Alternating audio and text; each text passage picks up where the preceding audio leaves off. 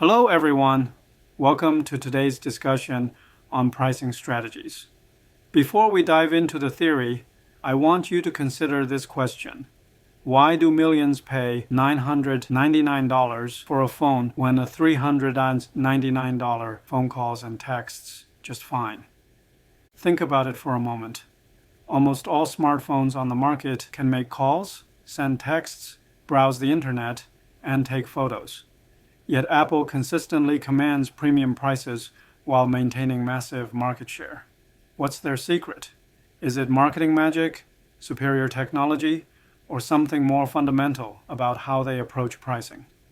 Today, we're going to unpack Apple's pricing strategy as our lens for understanding the sophisticated world of pricing decisions. Apple didn't become one of the world's most valuable companies by accident. They've mastered the art and science of pricing. By the end of our session, you'll understand exactly how they do it and how these principles apply across industries. Let's start with a fundamental truth about marketing. Price is the only element of the marketing mix that generates revenue. Think about the traditional 4 Ps: product, place, promotion, and price. Product development costs money. Distribution costs money. Promotion costs money. Only price brings money in. This makes pricing decisions incredibly powerful. Look at this statistic. If a company has a 3% profit margin, a mere 1% increase in price can boost profits by 33%. That's not a typo. Small pricing changes create massive profit impacts because they flow directly to the bottom line. Apple understands this better than most. In 2024, Apple generated $391 billion in revenue. This wasn't achieved through low prices or racing to the bottom. Instead, Apple has consistently commanded premium prices across their entire product portfolio. Price is also the most flexible element of the marketing mix. You can change a price immediately, but developing a new product takes months or years. Moving distribution channels is complex and time-consuming.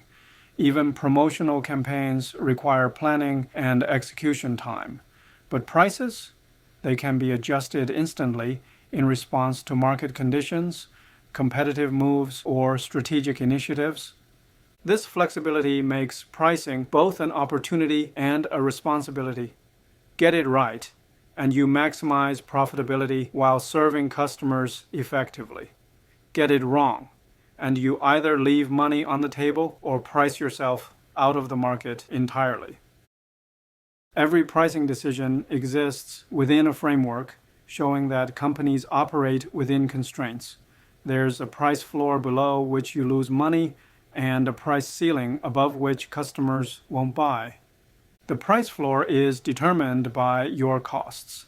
Apple might spend $600 to manufacture, market, and distribute an iPhone. Selling below that price means losing money on every unit. Not a sustainable strategy, except in very specific circumstances. The price ceiling is set by customer perceptions of value. If customers believe an iPhone is worth $1,500, Apple could theoretically charge that much.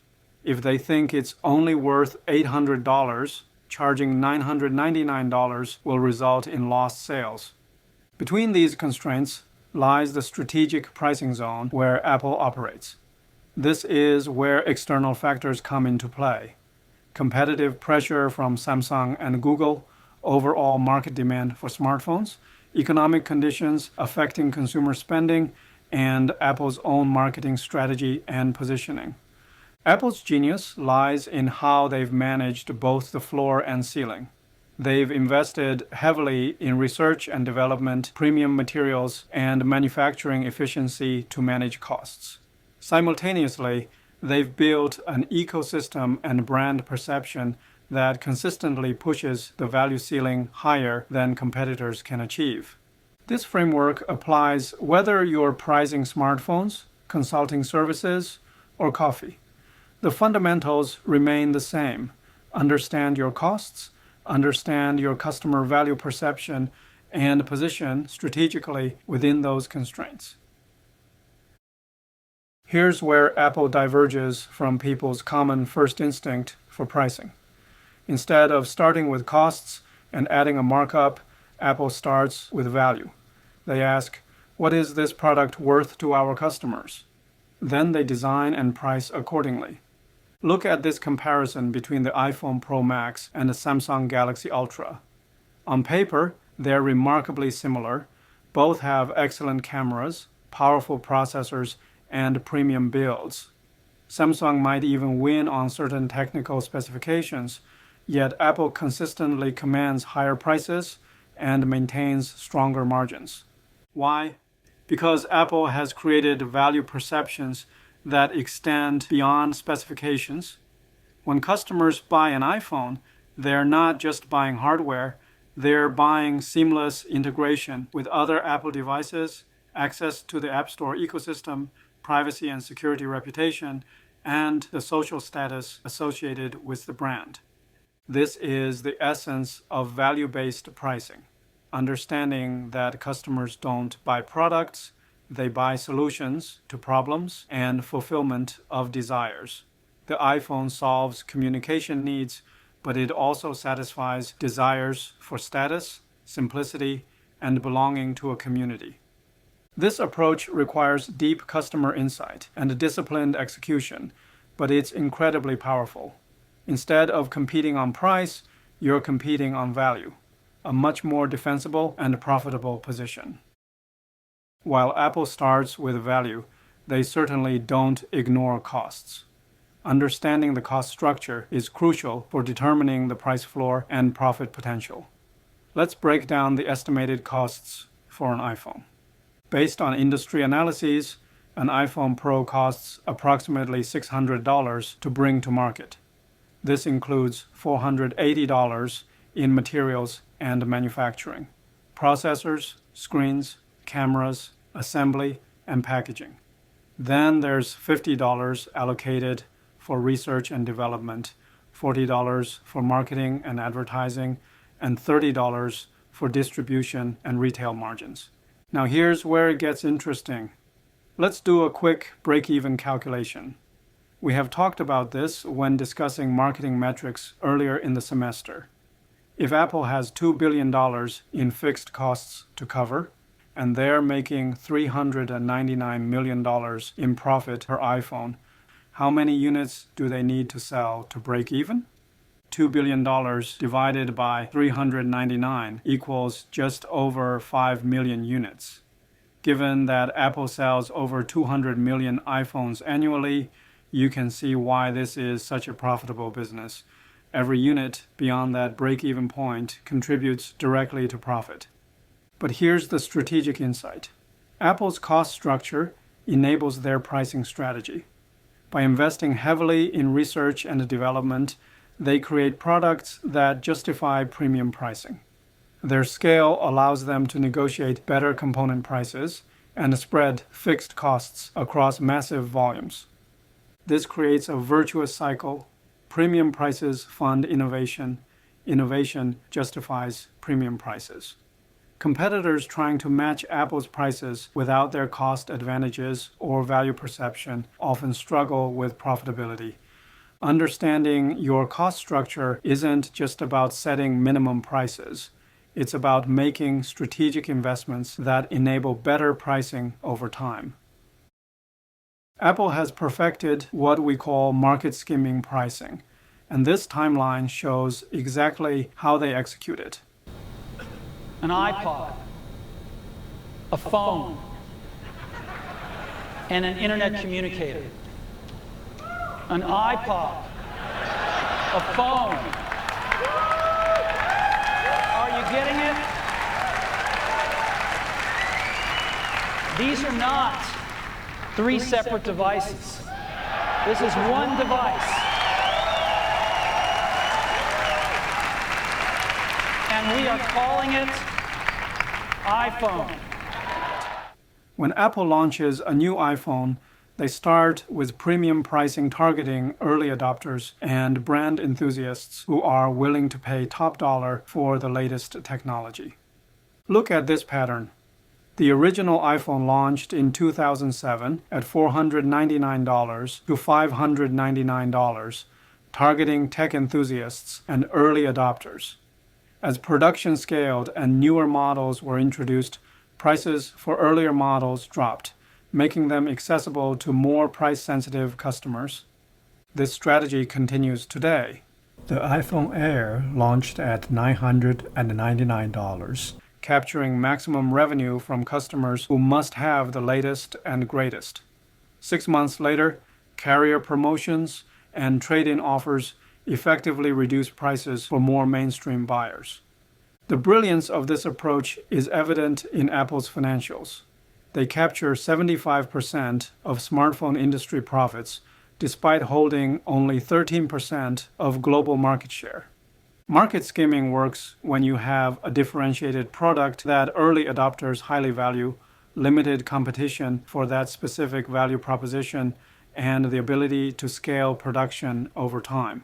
Apple checks all these boxes. This strategy requires patience and discipline. The temptation to maximize short-term volume by launching at lower prices is strong, but Apple consistently prioritizes profit optimization over market share maximization. While Apple typically uses skimming, they occasionally employ penetration pricing, and the iPhone SE is a perfect example of how they do it strategically. Traditional penetration pricing involves launching at low prices to quickly gain market share, then raising prices once you've established position. Apple's approach with the iPhone SE is more nuanced. Rather than lowering prices on their current technology, they use older technology in a new package at a lower price point. The iPhone SE provides the iOS experience and Apple ecosystem access at $429, making it accessible to price-sensitive customers without cannibalizing iPhone Pro sales. Notice what Apple doesn't do. They don't slash iPhone Pro prices to gain share. That would damage their premium brand perception and train customers to wait for discounts. This illustrates an important principle. Your pricing strategy should align with your overall positioning and business model. If you're a premium brand, penetration pricing on flagship products can be dangerous. Understanding price elasticity, how sensitive customer demand is to price changes, is crucial for effective pricing. This demand curve shows the relationship between smartphone prices and quantity demanded. Let's work through a hypothetical example. Suppose Apple reduces the iPhone price from $999 to $899, a 10% decrease. If sales increase from 50 million to 65 million units, a 30% increase, we can calculate the price elasticity of demand. The formula is percentage change in quantity divided by percentage change in price. For every 10% drop in price, demand increases by 30%. In this case, 30% divided by 10% equals an elasticity of negative 3.0. This indicates elastic demand. Customers are quite responsive to price changes. But here's where it gets interesting. Price elasticity varies significantly across customer segments. Apple's core customers, those deeply embedded in the ecosystem, early adopters, business users, often exhibit inelastic demand. They'll buy the latest iPhone regardless of modest price changes because the switching costs and the value perception are so high. Meanwhile, price-sensitive customers shopping across brands show elastic demand. This is why Apple uses different strategies for different segments, maintain premium pricing for core customers, while offering alternatives for price-sensitive buyers. Apple's product line pricing is a masterclass in strategic price architecture. Look at the iPhone lineup. 4 models with carefully calibrated price points designed to optimize both customer choice and company profitability. The iPhone at $799 serves as the entry point into the current generation lineup. The $999 iPhone Air adds professional features and premium materials and is incredibly thin, The iPhone Pro is priced at $1,099, a deviation from previous years. Finally, the $1,199 iPhone Pro Max combines the largest screen with the most advanced features. Notice the price gaps. $200 between Base and Air, $100 between Air and Pro, and $100 between Pro and Pro Max. These aren't arbitrary numbers. They're psychologically optimized intervals that encourage upgrading while maximizing revenue per customer. This is classic good, better, best premium positioning. Most customers avoid the cheapest option, fearing they're missing out, and the most expensive option, unless they're true premium buyers. This naturally funnels customers toward the middle options, which often carry the highest margins. Apple also uses features strategically across the lineup. The Pro models get enhanced cameras, titanium construction, and exclusive colors. These differentiators justify the price premiums while creating clear upgrade paths. Here's where Apple's pricing strategy gets particularly sophisticated: optional product pricing, specifically around storage upgrades. This iPhone configuration screen shows how Apple turns basic customer needs into high-margin revenue opportunities. The base iPhone Air comes with a base storage for $999. Want to double the storage? That's $200 more. The top model of 1 terabyte storage is $400 more than the base. Here's the fascinating part. The actual cost difference between these storage options is maybe $20 to $50, but Apple charges $200 to $400 premiums. This creates margins of 80% or higher on storage upgrades, far exceeding the margins on the base device. It's a classic example of optional product pricing. Keep the base price competitive, then capture additional value through high-margin options. The psychology is brilliant too. Customers are already committed to spending $999 on the phone. In that context, an extra $200 for double the storage seems reasonable, a classic anchoring effect. They're not comparing $200 to other purchases. They're comparing it to the $999 they're already spending. This strategy works because the upgrade decision happens after the purchase decision. Once customers have decided they want an iPhone, they're in a different mindset about spending incremental amounts for perceived improvements. Apple's ecosystem strategy exemplifies captive product pricing, setting competitive prices on the main product while charging premiums for related products that customers need or want. Consider the MagSafe charger at $39. The actual manufacturing cost is probably under $8, creating roughly 80% margins. AirPods Pro at $249 likely cost Apple less than $100 to produce, yielding 60% margins. AppleCare Plus at $199 annually is simply a high-margin insurance business. Then there's iCloud storage, starting at 99 cents monthly for 50 gigabytes and scaling to $999 for 2 terabytes. This is recurring revenue with minimal marginal costs, the ultimate high-margin business model. The strategy is to use competitive iPhone pricing to drive ecosystem adoption, then monetize through higher margin accessories and services. Customers accept these premium prices because they're already invested in the ecosystem and value the seamless integration. This creates what economists call switching costs. Once you own AirPods, an Apple Watch, and have your photos in iCloud, the cost of switching to Android isn't just buying a new phone, it's replacing your entire digital ecosystem. Apple also designs products to work better together than with competitors' alternatives. AirPods connect more seamlessly to iPhones than other wireless earbuds. Apple Watch only works with iPhone. These technical integrations reinforce the economic incentives to stay within the ecosystem. The result is customers who might comparison shop intensively for their initial iPhone, but readily pay premium prices for Apple accessories and services. Apple One represents sophisticated bundle pricing designed to increase service adoption and customer lifetime value. Look at these numbers. Individually, iCloud Plus storage, Apple Music, Apple TV Plus, and Apple Arcade would cost $23.96 monthly. The Apple One bundle costs $16.95, a 29% savings.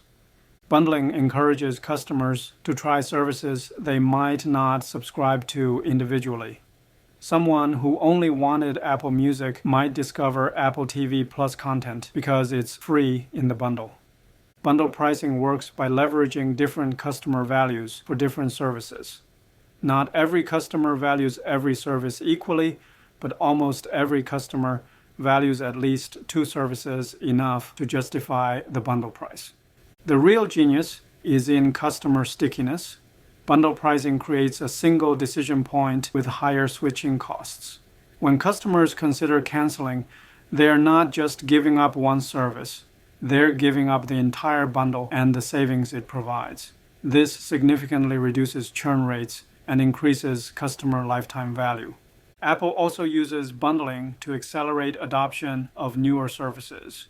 Apple TV Plus and Apple Arcade have benefited enormously from bundle inclusion, reaching audiences they might never have attracted as standalone offerings.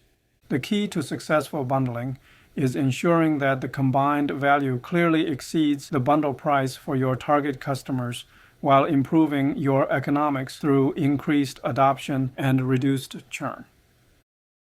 That $999 price tag isn't accidental. It represents sophisticated psychological pricing designed to reinforce Apple's premium brand positioning.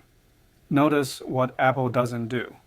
They don't price the iPhone at $999.99 or even $995.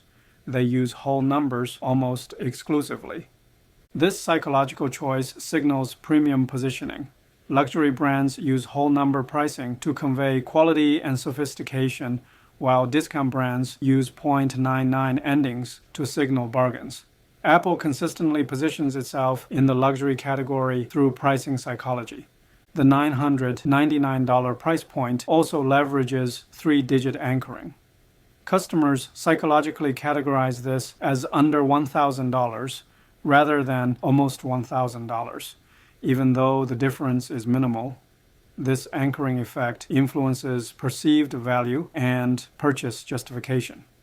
Apple also uses prestige pricing psychology. Higher prices can actually increase demand for certain products by signaling exclusivity and quality. Some customers buy iPhones partly because they're expensive.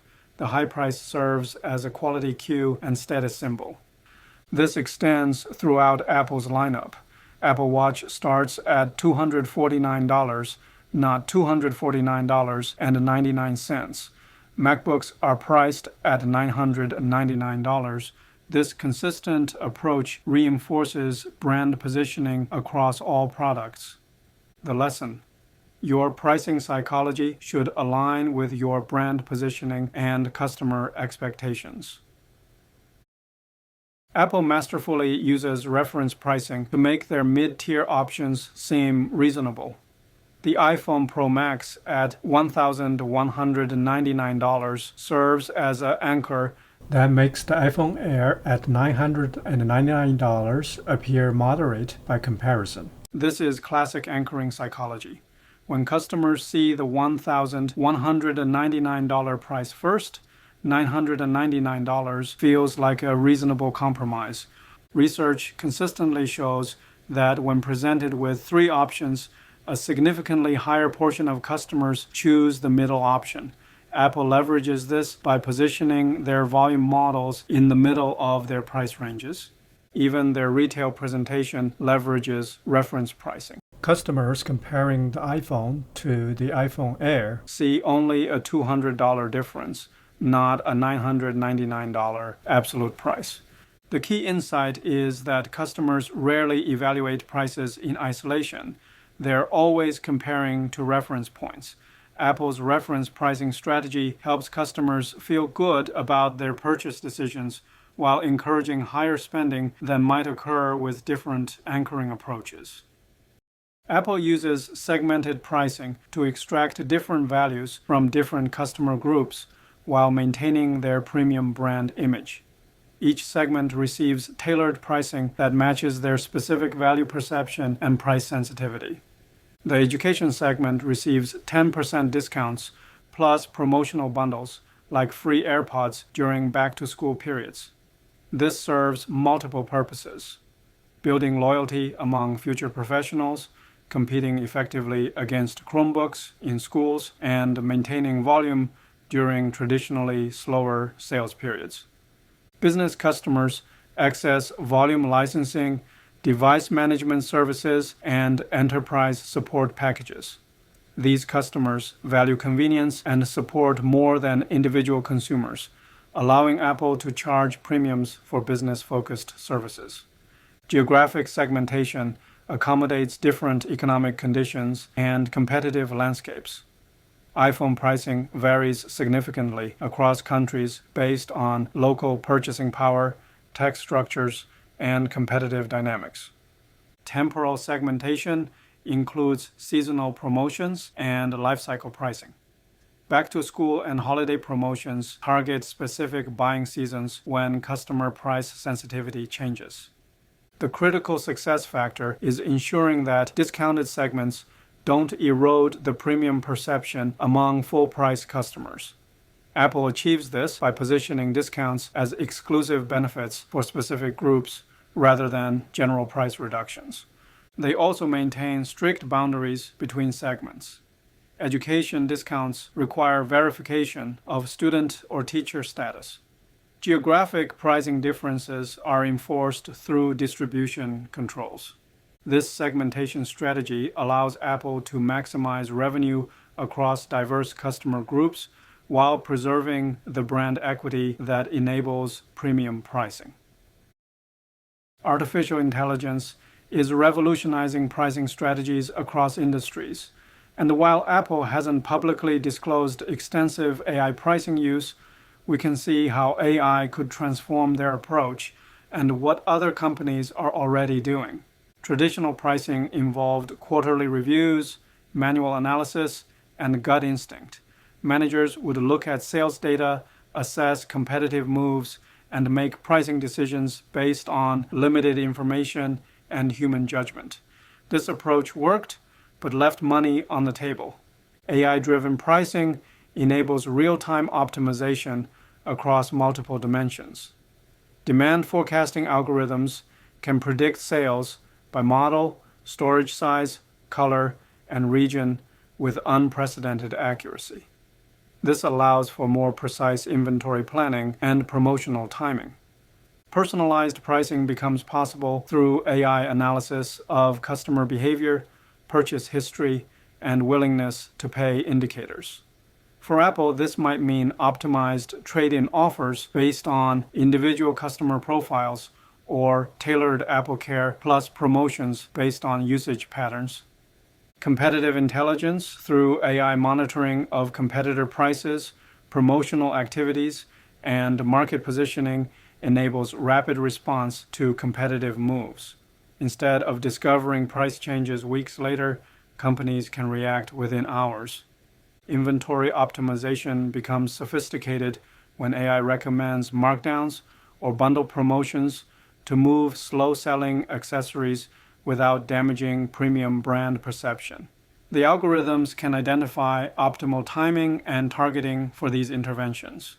For Apple specifically, AI applications might include optimizing trade-in values to maximize upgrade rates, personalizing financing offers based on credit profiles, adjusting regional pricing based on currency fluctuations and local demand, and optimizing service pricing based on customer lifetime value predictions. The key insight is that AI enables micro-segmentation without compromising brand consistency. you can offer the right price to the right customer at the right time while maintaining overall positioning integrity. Apple's approach to promotional pricing demonstrates how premium brands can drive volume without damaging brand equity. Notice what Apple never does. They never directly discount their core products. Instead, they use creative promotional strategies that maintain perceived value. Black Friday brings gift card promotions. Spend $999 on an iPhone, receive a $100 gift card. Customers get value, but the iPhone price remains $999. Back-to-school promotions bundle free AirPods with computer purchases. Students receive additional value, but neither product is discounted. Enhanced trade-in promotions offer higher values for old devices during specific periods. Customers effectively pay less for new devices, but through trade-in credit rather than price reductions. Carrier partnerships enable subsidized pricing without Apple directly cutting prices. Carriers offer free iPhones with service contracts, but Apple receives full wholesale pricing from the carriers. The strategic insight is maintaining the distinction between price and cost to the customer. Apple keeps their prices stable while finding creative ways to reduce customer cost through bundles, trade-ins, and partner subsidies. Global pricing strategy requires balancing consistency with local market realities. This world map shows how iPhone pricing varies significantly across countries, reflecting different economic conditions, competitive landscapes, and regulatory environments. In the United States, the iPhone Air costs $999. In the UK, it's £999, which equals approximately $1,350 due to VAT and currency differences. In Japan, it's 159,800 yen, roughly $1,080 equivalent. In India, it's 119,900 rupees, about $1,350 equivalent. These differences reflect several factors: value-added taxes and import duties that vary by country, currency fluctuations and hedging strategies, local purchasing power and competitive dynamics, and distribution costs and retail margin requirements. Apple must also consider parallel import risks. If prices differ too dramatically between adjacent markets, unauthorized resellers might exploit arbitrage opportunities. The key lesson is that global pricing requires sophisticated analysis of multiple factors beyond simple cost-plus calculations. Success demands understanding local market dynamics while preserving overall brand positioning. The competitive pricing dance between Apple and Samsung illustrates how premium brands should respond to competitive pressure. This timeline shows key battles and strategic responses over the past several years. In 2019, Samsung's Galaxy Note pricing pressure and strong reviews prompted Apple to reduce the iPhone 11 launch price compared to previous generations. However, Apple's response wasn't simply matching Samsung's price. They repositioned their lineup to offer better value at multiple price points.